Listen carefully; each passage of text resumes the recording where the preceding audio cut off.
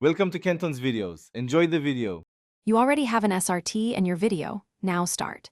In Capcut, create or open the project containing the target clip because subtitles attach to timelines. Once done, tap Media to confirm the video is in the timeline and that its duration matches the SRT timing. Make sure the SRT file is accessible on the same device storage or cloud app. This avoids import failures.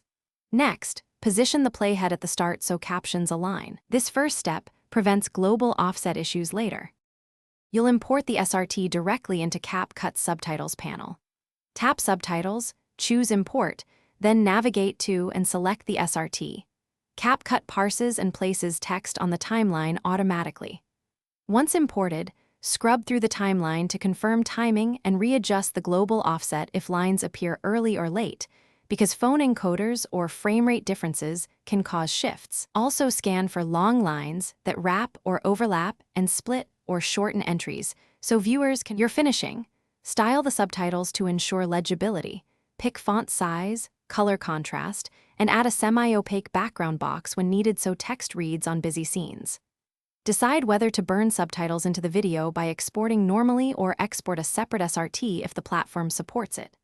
If the captions are still off, reopen the SRT in a subtitle editor, correct timings, save as UTF-8, and re-import. This fixes persistent offset or encoding issues and ensures reliable playback across devices.